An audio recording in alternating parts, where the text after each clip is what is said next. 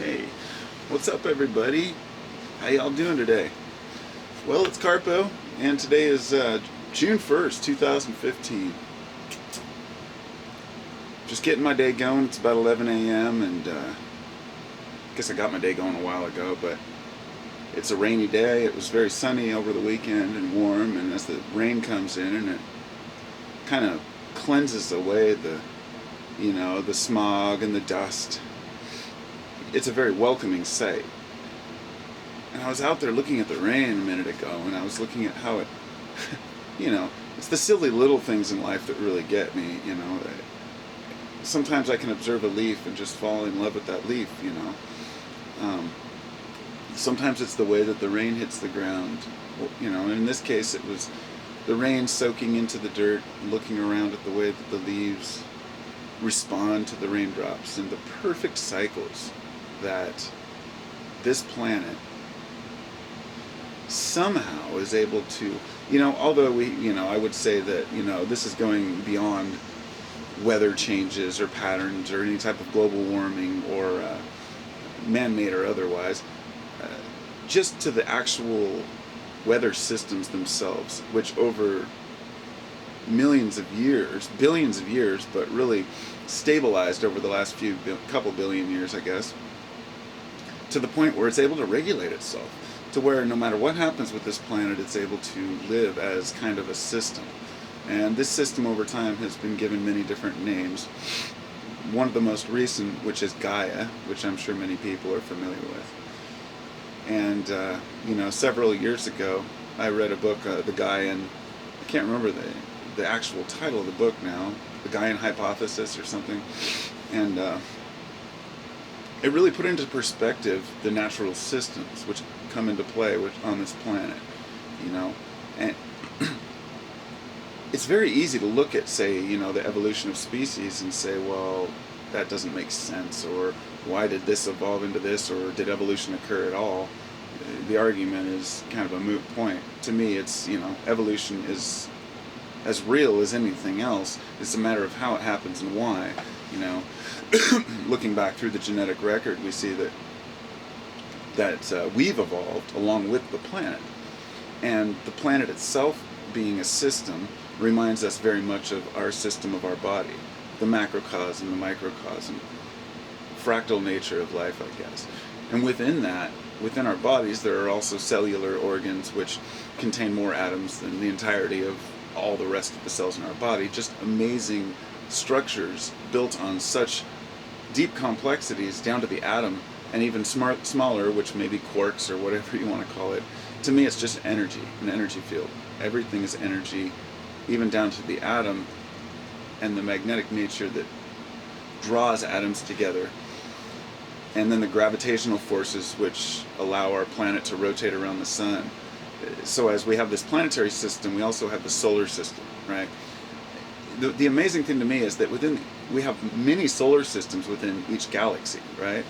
And something that was recently discovered, only a few years ago, is that galaxies, actually, they found a whole bunch of spiral galaxies that are spiraling around a center point, basically showing that, we have planetary bodies rotating around suns, and then those entire solar systems rotating around within galaxies, and those galaxies rotating in massive super galaxy clusters.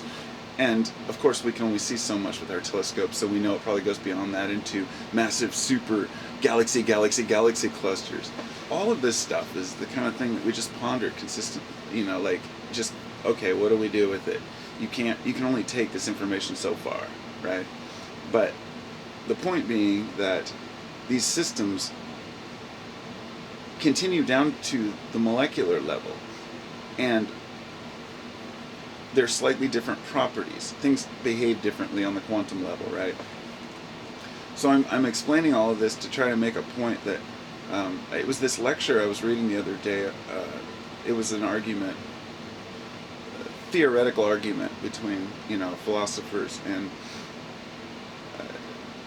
one was trying to say that we know that the universe is conscious because we're conscious, and that we're aware. Therefore, the universe must be aware because it's a macrocosm of this microcosm, right? that if our cells are aware, maybe in their own way as a system to help our organs function, and then we're aware, then the planet must be aware, the solar system must be aware, the universe is aware, therefore it's God. And that would be one side of the argument.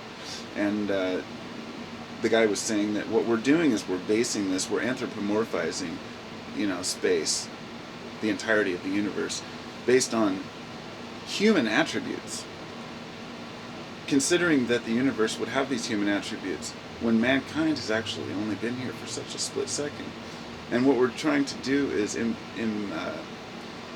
convey our moral values, our integrities, and things that we find important, as if those are universal principles, okay? And universal principles can't apply to man's law. So therefore we call it God's law, because it applies to man. So in other words, a person may say, well, these are the 10 Commandments. And you would ask, why are these the 10 Commandments? And if they gave you a better answer than just saying, well, it's God's commandments, they may say, well, you shouldn't be jealous, you shouldn't covet others' goods, because when we do, society breaks down and we want things we don't have, You shouldn't steal and lie because it harms other people, and then they harm other people in turn. All of these things are... there's one argument that says if you took a religion away from the equation, then there would be no moral values and everything would be chaos.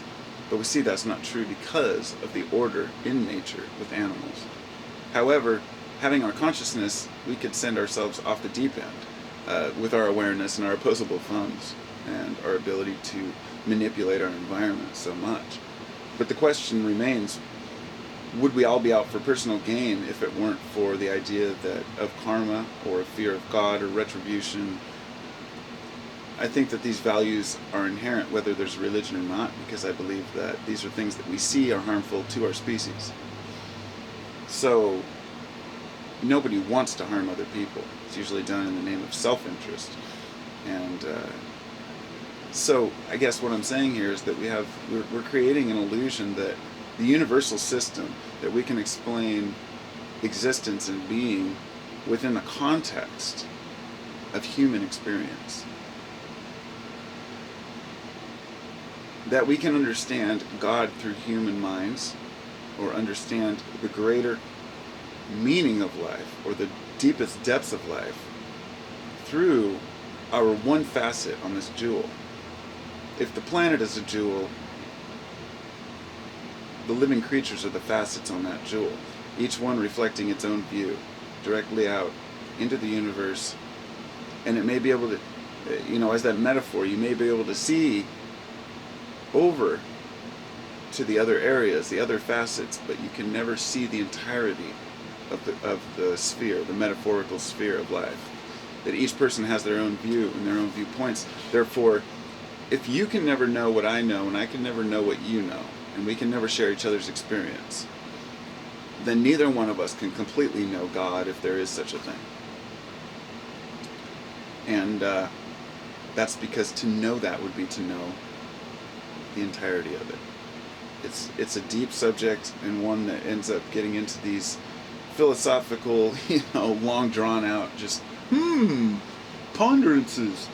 But I don't give it a whole lot of thought, and that's really the conclusion I want to come to, is that it's fun to ponder and think about, but there's a point when a man becomes humble enough to understand, I guess, that he can't understand, to know that he can't know, and to understand what it means to say the more you know, the less you really realize you know. We become more ignorant as we become wiser, and that's a human trait. But being a strictly human trait, we reflect everything we think the universe is based on what we think we are. But we're just one species. We have no idea what real values may be in a bigger world. A utilitarian alien society on another planet where everything is for the good of all people, or where there is no evil, or where they don't even understand what you mean by bad. Like that a person may have a perception, or a species may have a perception that everything happens for an exact purpose and it's supposed to be that way, that it's not bad. Our views of good and evil, and our views of good and bad. Fascinating things to ponder. And my conclusion is that I just don't know, and I can't know the entirety of it. And there's, a person may say that's a weakness, a person may say that's a strength. doesn't matter what a person says, it matters what I say to myself and how I feel about these things. But society has to be reflected through the eyes of each individual too, to see what is acceptable and what's not. Because like they say, a man can get lost within his own delusions if he's not careful to reflect his ideas off of his fellow man and his peers. And although he may not agree with all of their points, he owes it to himself to at least consider every angle. And that's what I try to do. I'm off. I hope you all have a great day.